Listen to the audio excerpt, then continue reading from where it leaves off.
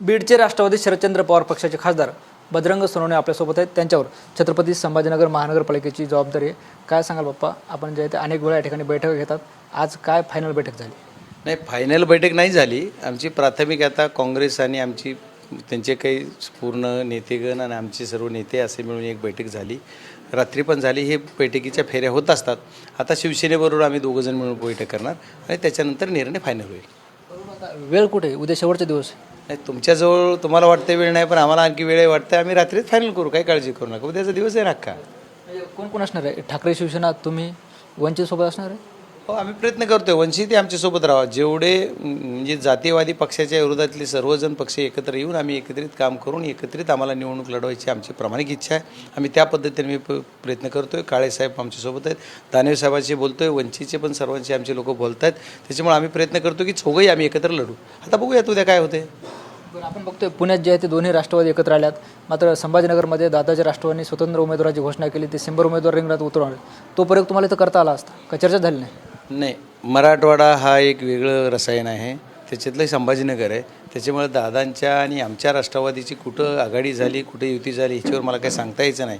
मी एक मराठवाड्यातल्या एका जिल्ह्यातला छोटा कार्यकर्ता आहे आणि कार्यकर्ता म्हणून माझ्यावर जी जबाबदारी दिली त्या जबाबदारीचं पालन करताना आम्ही इथं दादांच्या राष्ट्रवादीबरोबर बिलकुल आघाडी होणार नाही.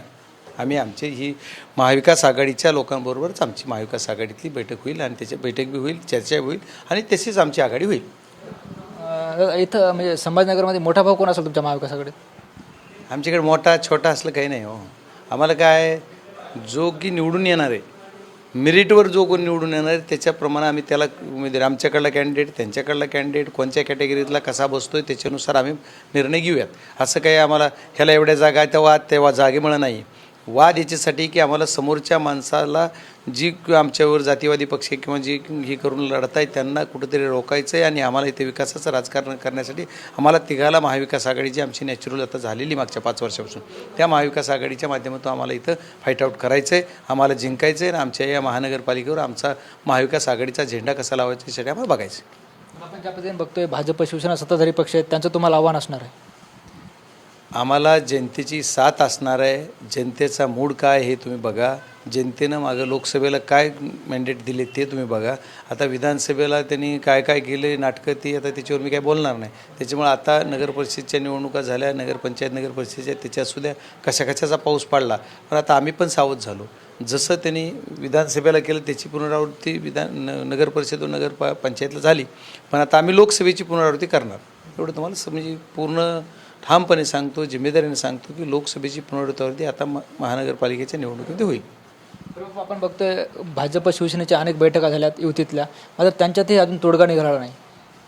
हे बघा, ही शेवटपर्यंत चालत असते. प्रत्येक जणाला प्रत्येकाच्या पक्षातल्या लोकांना न्याय द्यायचा असतो. आम्हाला पण आमच्या कार्यकर्त्यांना न्याय देण्यासाठी ज्यांनी पक्षासाठी झटतात, पक्षासाठी रात्रंदिवस असतात, त्याच्यामुळे त्या गोष्टी करत असताना त्यांना न्याय देण्यासाठी प्रत्येक पक्षाला वाटते की माझ्या कार्यकर्त्याला माझ्या पक्षाच्या एक सिंबल मिळाला पाहिजे. त्याच्या अनुषंगाने काम करत असेल, त्याच्यामुळे त्यांचा निघाल नसेल किंवा त्यांच्यात असं एकमत होणार नसेल. पण आमच्यात तसं काही नाही. आमचं बरोबर जवळपास ट्रॅकवर आहेत आम्ही.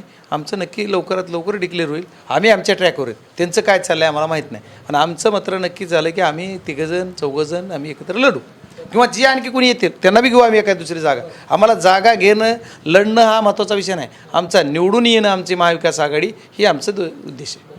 म्हणजे आज महाविकास आघाडीची घोषणा होईल? जरा इंतजार करा ना, थोडं थांबा, होईल 100%. गोष्ट तुमची इच्छा पूर्ण होईल. तुमचं स्वप्न जर असेल ते भंगल आणि महाविकास आघाडीची घोषणा होईल, पण जरा कधी होईल त्या टायमाचं थोडा वेळ. असं कळतं की एबी फॉर्म तुम्ही सोबत आणले जाता? आता हे बी माझ्यासोबत आले म्हणजे माझ्यासोबत नाही कोणासोबत राहतील? आता हे बी फॉर्म माझे, मी इथला प्रभारी आहे, इथला निरीक्षक आहे, सगळं आहे, तर माझ्यासोबत राहतीलच नाही फॉर्म.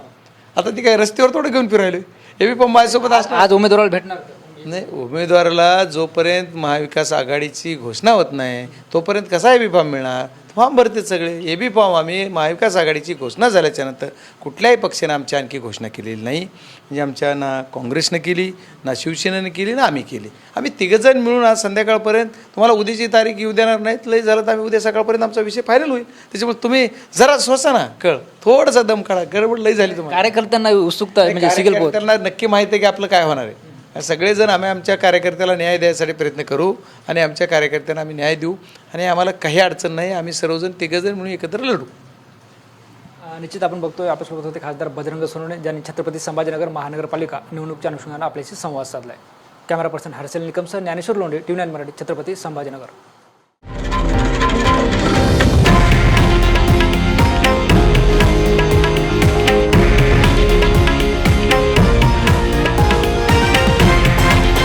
हे आहे देशातील नंबर 1 न्यूज नेटवर्क आणि आपण पाहत आहात TV9 मराठी, एकमेव.